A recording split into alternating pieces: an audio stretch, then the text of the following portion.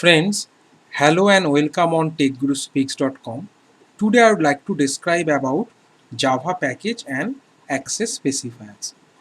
But before discussing access specifiers, you need to know about Java access modifiers. In Java, the access to classes, constructors, methods, and fields are regulated using access modifiers. That means a class can control what information or data can be accessible by other classes. To take advantage of encapsulation, we should minimize access whenever possible. Actually, there are three access modifiers in Java, and they are namely public, private, and protected.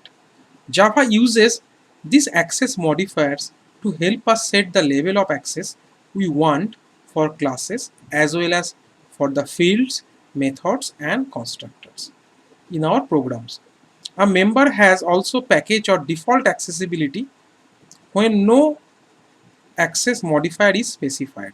So there are four access specifiers in Java, and they are namely public, private, protected, and default.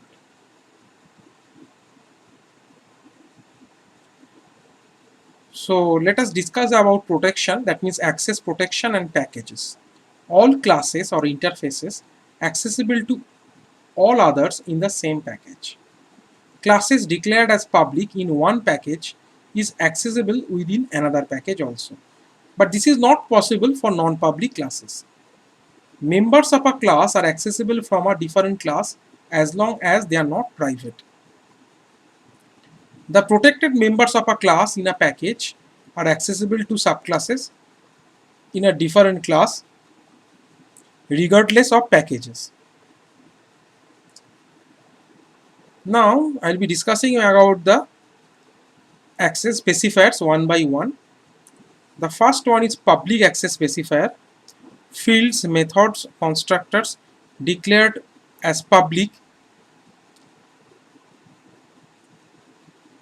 in fact a public class also, are visible to any class in the Java program.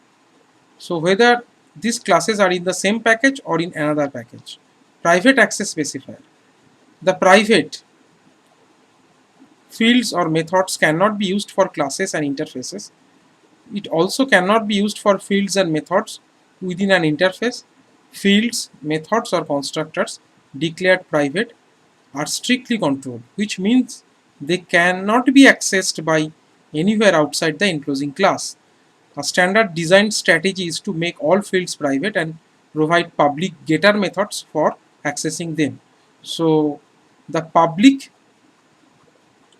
members are basically least restrictive while the private members are most restrictive. Next comes the protected access specifier. The protected fields or methods cannot be used for classes and interfaces. It also cannot be used for fields and methods within an interface. Fields, methods, and constructors declared protected in a superclass can be accessed only by subclasses in other packages. That is the most striking feature of protected access specifier. Classes in the same package can also access protected fields, methods, and constructors as well, even if they are not a subclass of the protected members class. That means non-subclass, but within the same package. Default access specifier, that is the last one. Java provides a default access specifier which is also called package only, and it is used when no access modifier is present. Any class, field, method, or constructor that has no declared access modifier is basically accessible only by classes in the same package. Remember that, same package.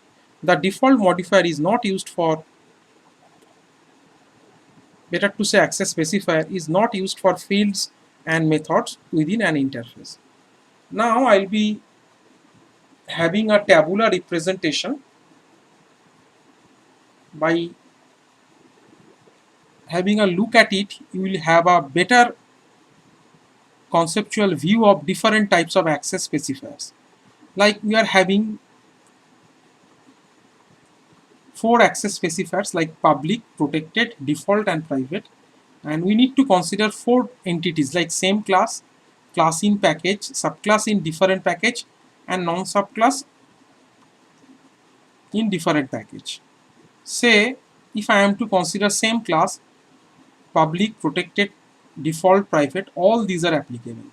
Now for class in package, public, protected and default are applicable but not the private. Subclass in different package, public and protected are applicable but not default and private. For the non-subclass in different package, only public is applicable but not the others like protected, default and private. So that is the rule to be applied. Now we will be using this rule in terms of this tabular representation to be used with respect to Java packages, and it will be better understood by using some coding demonstration, and it will be done by using command prompt. We will not be using the NetBeans or Eclipse kind of IDs here because all these IDs create the packages automatically and you won't be able to understand what's going on in the background. So that is why I'll be using the normal command prompt window, that is the console window, for coding demonstration. So better now move to the directory. So we are having basically a directory named access. So it is having two subdirectories and named A1 and A2. Now for A1 we are having four Java programs: base, derived, main and same package. Now these codes are accessible to you by using the software known as Notepad++. So we are having four Java codes like base.java, derived.java, main.java and same package.java. So I'll be starting with base.java. Remember that all these four codes are part of the same package, that is A1. I mean to say they are part of the same directory A1. Remember it. But in this example, just try to look at the directory structure here. The subpackages, I mean to say the subdirectories, are already been created. So remember it. So that is why we don't have to create it. So it is not like the previous case that I demonstrated in the last tutorial.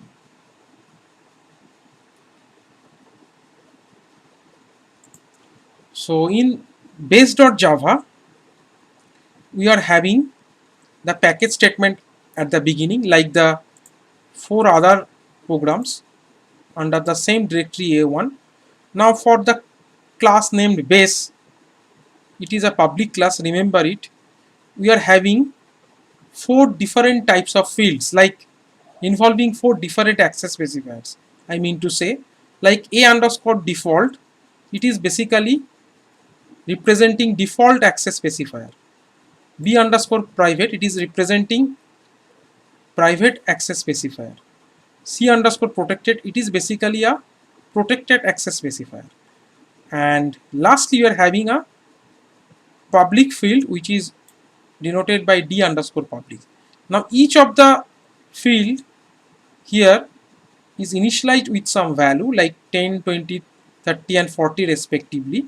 Now we are having a public constructor for this class named base, and here we have tried to show the value of all these four variables. So all these are legal codes because this is for the first row, that means same class, public, protected, default, private, all these are applicable, so there is no problem. So it is considered to be a valid code. Now for the second one, it is basically a subclass of base that I explained just now. So here I can access all the members except the private one. Like this private member cannot be accessible inside the subclass because it is a property of its superclass only, not the property of its subclass. So that is why the private member is not accessible to the subclass. As you know that private access specifier is the most restrictive access specifier. So that is why this statement has been commented. So it is the derived class constructor, a very simple code that I have written here. Then comes same package. Now within the same package, that means it is basically a non-subclass. Non-subclass means what? It is not a subclass of base, but it is just like another class, and it is placed in the same package named as A1. So it is the non-subclass constructor. Now we are going to access all the members of base class. So we need the object of this class, that is base class, because without having the object of the base class you won't be able to access its members. So here we can access all the members, whether it is default, protected, public is always accessible, but we cannot access the private one. That I have already told, it is the most restrictive access specifier. So the concept is very simple.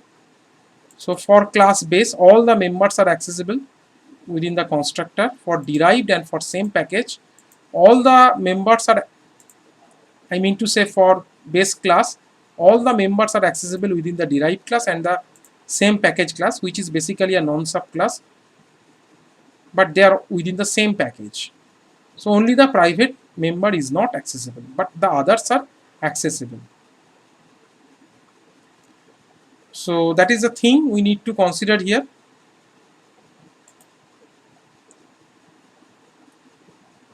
So that is the concept, class in package, whether it is a subclass or whether it is a non-subclass, public, protected and default, all these three types of access specifiers are valid, but not the private one.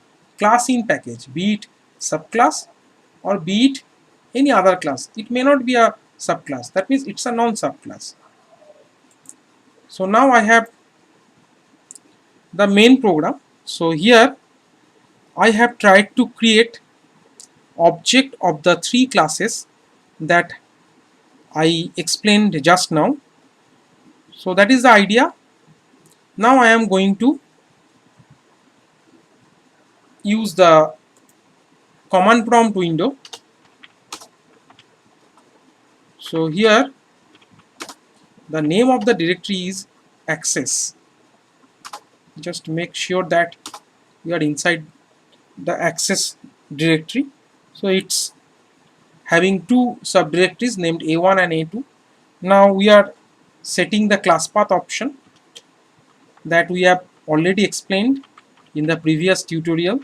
So it will be basically C:access, because within which we are having these two subdirectories A1 and A2. So I have set the class path. Now we'll be moving to the subdirectory named A1. So here no need to use the -d option, because already the package has been created, and within this package all the Java codes, that means all the 4 Java codes are placed. So I'll be using the old concept like the Java C command only. I'll not be using the Java C -d option. So the .class files are created, no problem. Just you can see it here. So the .class files are created. Now suppose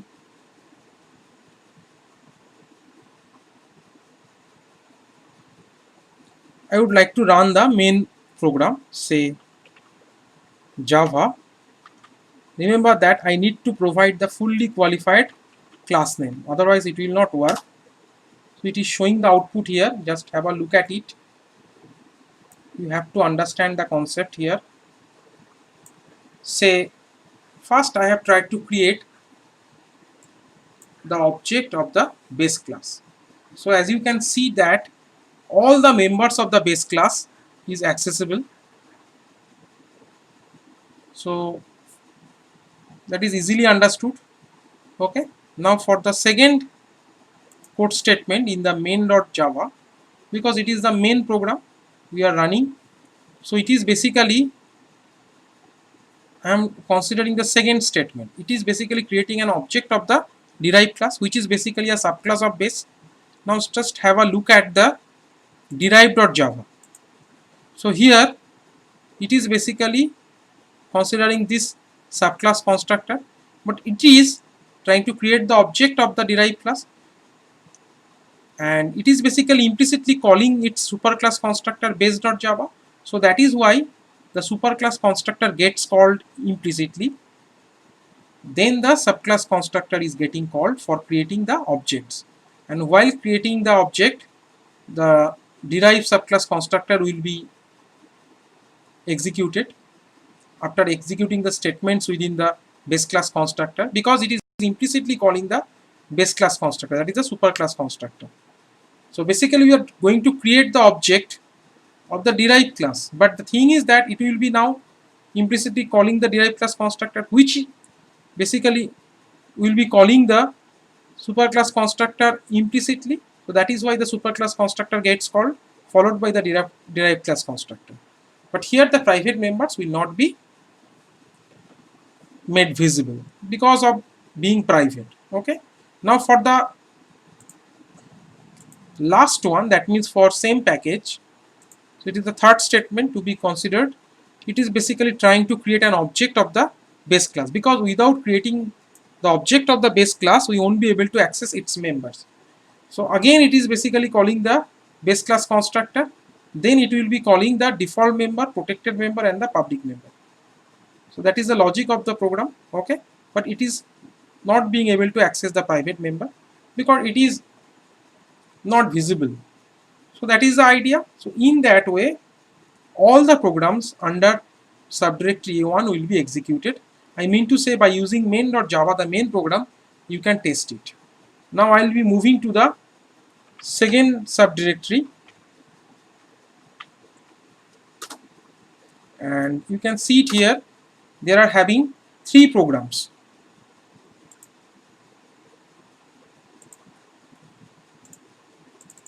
So derived to, different package and main.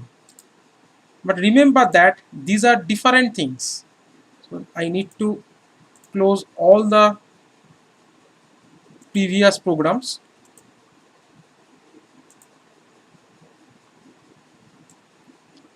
So derived to, different package and main. Now for the derived.to, it is basically a subclass of base which was defined earlier, which is basically part of the subdirectory A1. Remember it. So it is basically the member of the package or directory A1. So it is basically having three programs: derived2.java, different package.java, basically a non subclass in different package, and finally the main program. So that is the concept we are now going to implement here in terms of demonstration. So as you can see it here, it is basically having the constructor. So within the constructor we are having only two types of members being accessed. I mean to say, for the base class is having four types of members involving all the different types of access specifiers. But the thing is that only the public and the protected members can be accessed. So that is basically satisfying the theoretical statement, like subclass in different package. Only the public and protected member can be accessed, but not the others, like default and private. So that is the thing. So that is why default and private members of base class cannot be accessed. So we'll be able to access only the protected member and the public member of the base class. Next comes different package. That means it's a non subclass with respect to the base class in package A1. Remember that we are now under package A2.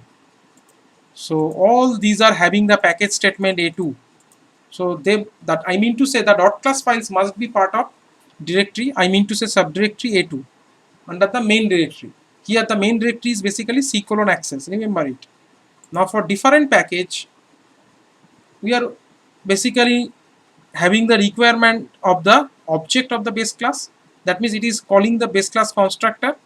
So it will be able to access only the public member, but not the others. So that is about the theoretical part. Like non-subclass in different package, it will be able to access only the public member but not the others. Protected, default and private members are not accessible. So that is the theory. Now it is the main.java program under package A2. So let's run the program. So now we are under package A2. So no need to use javac with -d option because we are already under the same package that I have mentioned here. So no problem, the code runs successfully. As you can see it here, the dot class files are created after compilation, so there is no syntax error. So now I'll be trying to run it. So it will be a2.main, not a1.main, because we are under the second subdirectory here, that is called a2. So it is now, first we are considering the object of the derive2 class. Basically it is calling the constructor implicitly. So whenever it will be calling the constructor of the derived class, it is calling the superclass constructor that is called base from package A1 implicitly. So that is why the base class constructor gets called, that means the superclass constructor which is called base. Then the subclass constructor gets called, that is basically accessing the protected field and the public field of its base class, that is called base. And finally we are having the different package class. So it is the object creation part, it will be calling this one. So it is accessing only the public member of it, but before executing its constructor, it will be first creating an object of the base class, because otherwise it won't be able to access the public member of the base class. So whenever it will be trying to create the object of the base class constructor gets called. So that is why it will be get printed, followed by the public member will be shown over here. That is the part of this particular constructor of the different package class. So that is the logic behind this program. So in that way you can establish the fact that I have presented here in terms of the rules, like which kind of entities will be available to which access specifiers. So this is the idea of visibility specifiers that I demonstrated just now. So I hope that you have understood the logic behind this program and you will be able to say grasp about the idea of that different kinds of access specifiers being utilized in Java programs. So if you like this video, then please don't forget to subscribe to my YouTube channel. So here comes the URL of my YouTube channel, and please visit my website techguruspeaks.com. You will get lot of useful information here, and this is my official email ID, admin@techguruspeaks.com. Have a nice day. Thank you very much.